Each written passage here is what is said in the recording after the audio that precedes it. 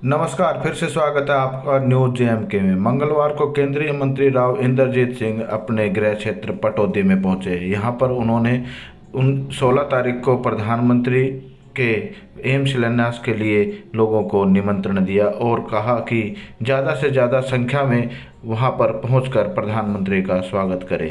यह दिन उनके लिए विशेष रहेगा। इससे पूर्व कार्यकर्ताओं ने उन पर फूल बरसाकर उनका स्वागत किया। इस दौरान लोगों में उत्साह देखते ही बनता था। आइए आपको सुनाते हैं इस संबंध में राव इंद्रजीत ने क्या कहा। जितने भी एम्स बने हैं उनका जो शिलान्यास करना है इलेक्शनों से पहले या उनका उद्घाटन करना है इलेक्शनों से पहले, तो वो सारे के सारे वीडियो कॉन्फ्रेंस विजुअल तौर के ऊपर करे जाएंगे। हमारा ये एक अकेला ऐसा एम्स है जिसको खुद पर्सनली आकर के प्रधानमंत्री उसका उद्घाटन करें। इसलिए इसका महत्व है और इसलिए है कि हमने और आपने और एमएलए साहिबान ने, भूतपूर्व एमएलए साहिबान ने और चेयरमैन साहब ने, जितने लोगों ने भी इसके अंदर अपना योगदान दिया, जितने भी प्रार्थना करी कि भाई ये एम्स हमारे को मिलने चाहिए, उसको सारे को आज के दिन भगवान ने हमारे को ये सौगात दी है कि प्रधानमंत्री को भेज करके और वहां पर इसका शिलान्यास रखा जाए। भारत विकसित एक जमाने में कहलाया जाता है, सोने की चिड़िया कहलाया जाता है। और आंकड़ों के अनुसार मैं अगर कहता हूं आपको कि हॉलैंड की यूनिवर्सिटी के एक प्रोफेसर ने रिसर्च करी कि सबसे ज्यादा पुराने जमाने के अंदर कौन विकसित देश हुआ करता था, और उसने भारत का नाम आया कि 8वीं शताब्दी से लेकर के और 18वीं शताब्दी तक भारतवर्ष का विश्व के आर्थिक नक्शे के अंदर 24% से लेकर के 27% तक हिस्सा हुआ करता, 1000 साल तक। और फिर अंग्रेज हमारे ऊपर राज करने आ गया। 200 बरस अंग्रेज ने हमारे पे राज किया, और जब अंग्रेज हमारे को छोड़ करके सन 47 के अंदर गया तो 24% से घट करके विश्व के आर्थिक स्थिति के अंदर हमारी स्थिति सिर्फ 3.5% रहेगी। बाकी सारी घूस करके ले गया, अपने देश को विकसित कर दिया। जब हमारे 1000 साल तक हमारा परचम सारे विश्व के अंदर लहराया था, तो क्या आज के दिन हम यूं नहीं संकल्प ले सकते, ये नहीं उम्मीद कर सकते, ये नहीं सपना ले सकते कि अगले 25 साल के अंदर जब हमारा कुल मिलाकर के 100 सैकड़ा आज़ादी के बाद का पार होगा, तो क्या दोबारा से हम विकसित देश बन सकते हैं?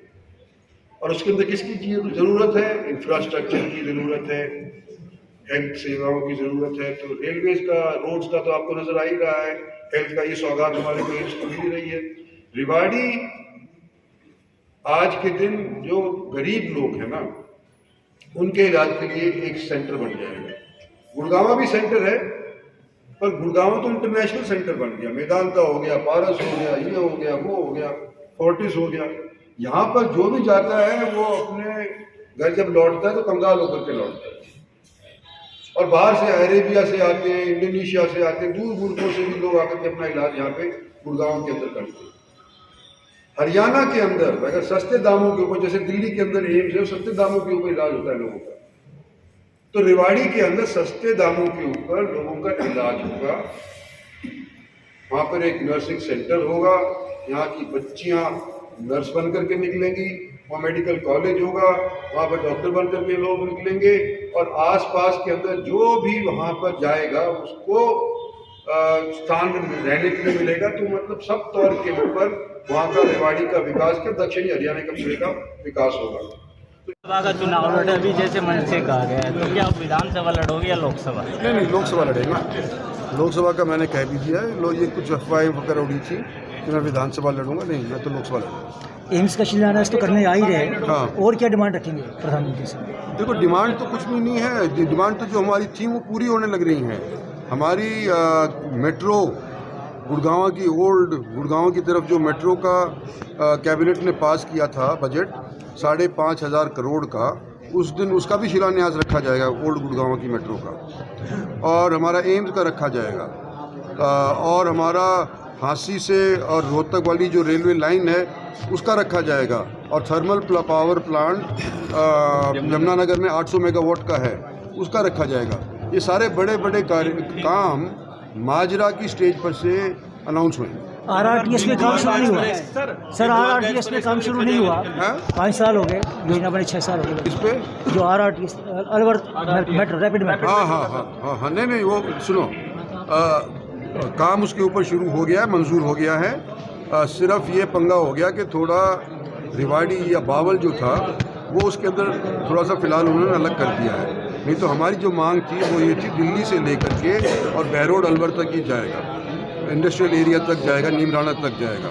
तो ये मंजूरी पहले थी, पर अभी मुझे किसी ने बताया 2-4 दिन पहले कि शायद उसके अंदर से रिवाड़ी को अलग कर दिया गया है, लेकिन उसको भी रिवाड़ी को जुड़वाएंगे आने वाले समय के अंदर। और RRTS का काम जो रुका हुआ था वो दिल्ली सरकार की तरफ से मंजूरी अपने एरिया के अंदर ना देने की वजह से रुका हुआ था, तो 100 मंजूरी दिल्ली सरकार ने भी अब दे दी है और इसके ऊपर काम धड़ल्ले से चलेगा।